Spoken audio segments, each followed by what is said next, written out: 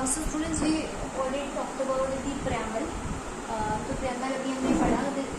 जब भी हम कॉन्स्टिट्यूशन में जो डायरेक्ट में जाते हैं उसके, तो सबसे पहले इसकी शुरुआत preamble से होती है। हर एक कोई भी आर्टिकल को preamble से होता है, लेकिन कॉन्स्टिट्यूशन का preamble बहुत इम्पोर्टेंट होता है। ठीक है, तो ये सबसे पहले हमेशा preamble से ही स्टार्ट होता है। तो हम पहले आर्टिकल 1 से शुरू करते हैं। तो ये था हमारा preamble।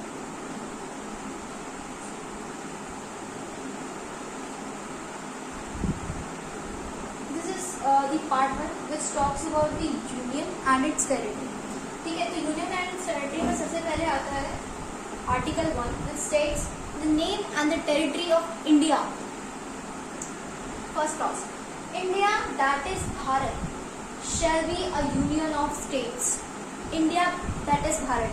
अब इसके समय में एक न्यूज में भी आया था कि इंडिया, वो हम इंडिया क्यों लिखते हैं, we should write as Bharat. Bharat क्यों लिखें? क्योंकि हमारे कॉन्स्टिट्यूशन में लिखा है इंडिया जो कि भारत है। ठीक है, तो कॉन्स्टिट्यूशन हमारा खुद का कहता है कि इंडिया जो कि भारत है। कैसे होगा?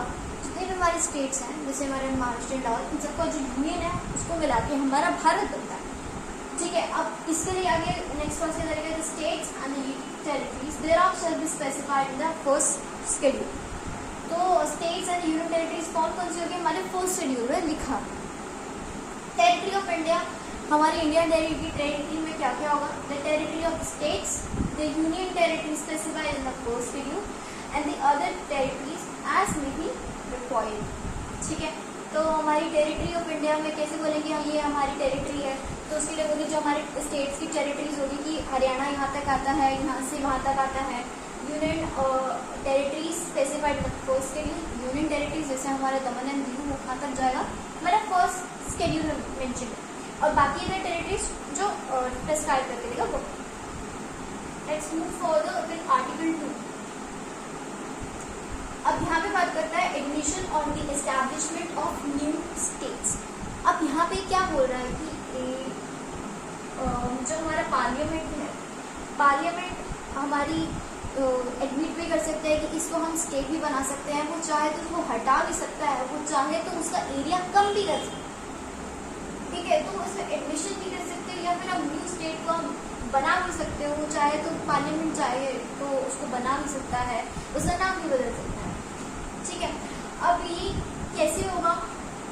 उसका प्रोसेस होता है। तो सबसे पहले बिल पास होगा पार्लियामेंट में, वो था इधर आ सकती पार्लियामेंट या तो राज्यसभा या तो लोकसभा, लेकिन बिल तब तक पास नहीं होगा जब तक इसमें प्रेसिडेंट अपना रिकमेंडेशन नहीं देता कि बिल पास करो। लेकिन बिल पास करने से भी पहले तो जो प्रेसिडेंट होता है वो क्या करता है, वो स्टेट के पास जाता है, वो स्टेट को बोलता है कि हम ये सब चेंज करना है, आप अपने व्यूज दो। अगर वो अपने व्यूज नहीं दे पाता तो ये माना जाएगा कि बिल को हम इंट्रोड्यूस कर सकते हैं, अगर उसने कह दिया तो ठीक है।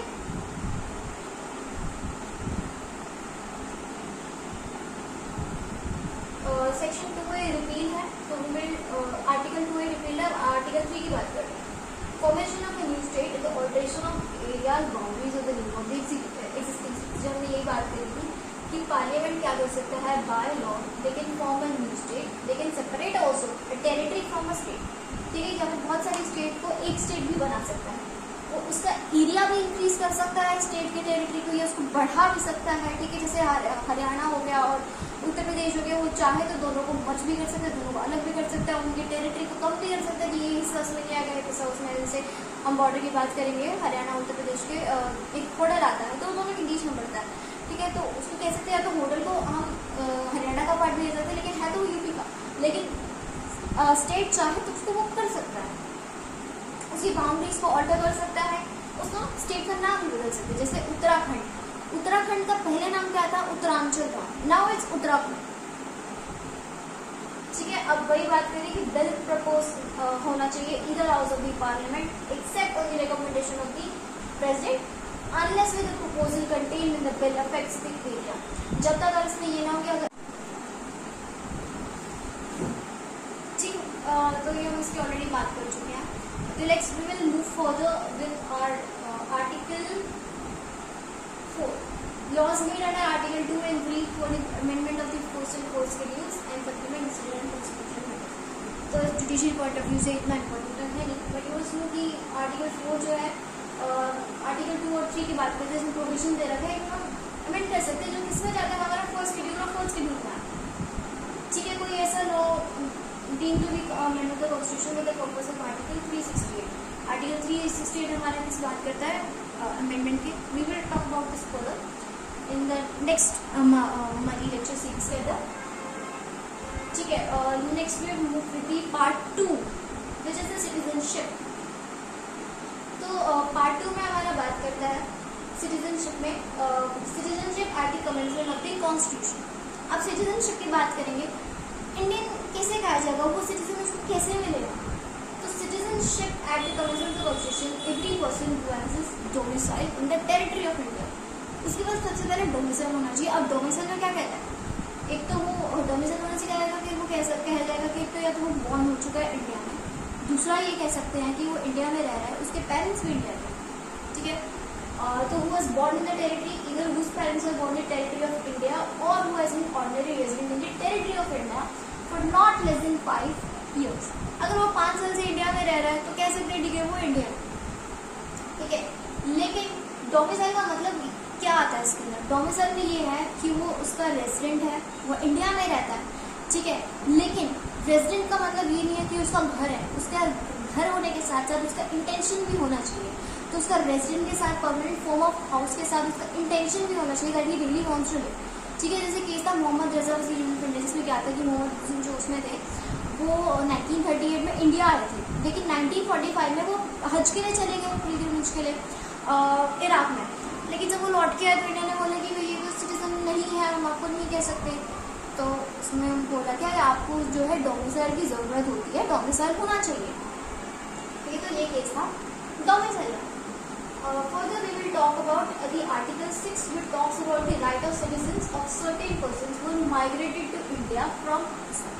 देखिए, जब हमारा आर्टिकल बन रहा था उस टाइम पे पार्टीशन भी हुआ था, तो पार्टीशन में कुछ पाकिस्तान से भी इंडिया आए थे, कुछ इंडिया से पाकिस्तान में। ठीक है, अब उनकी सिटीजनशिप का क्या करें, वो आर्टिकल 6 बताता है। ये अभी तक क्यों है, क्योंकि there are some people who are still living at this point of time कि जो उसके बाद से आए हैं, तो इसलिए अभी ये रिमेन है कॉन्स्टिट्यूशन में है, तो अभी ये रहेगा। नॉटविथस्टैंडिंग एनीथिंग आर्टिकल 5, जो हम आर्टिकल 5 की बात करें, जो इंडिया टेरिटरी ऑफ इंडिया में कब है ये रहना चाहिए, और वो कब उसको सिटीजन माना जाएगा जो पाकिस्तान से है। देखो, ही और इधर हिज पेरेंट्स और any of his grandparents are born in India, ये हमने ऑलरेडी बात कर चुकी। ठीक है, अब यहाँ पे कह रहे हैं कि अगर वो माइग्रेटेड हुए हैं कौन सा 19 जुलाई 1948 को, उससे पहले 19 जुलाई 1948 से पहले अगर पाकिस्तान से इंडिया में आए हैं, they will be deemed that they are the Indian citizen. ठीक है, लेकिन जो 19 जुलाई 1948 के बाद आए हैं उनको क्या करना पड़ेगा, 6 मंथ्स के अंदर उनको गवर्नमेंट ऑफ इंडिया के पास जाके उनसे बात करनी पड़ेगी, उनकी उनको अपॉइंटमेंट लेनी पड़ेगी। We have came after that within the period of 6 months, so उनसे उनको लेना पड़ेगा within the period of 6 months। ठीक है, they are be resigning in India after 19 July 1948। Next we will move forward with the right of citizens of certain immigrants to Pakistan। तो 5 और 6 में जब मैं बात करी उनकी राइट्स की यहाँ पे मेन बात हो रही है। It's not that important for judiciary, क्योंकि मेन जो सिटीजनशिप की बात की जाती है वो है आर्टिकल 5 और 6। ठीक है,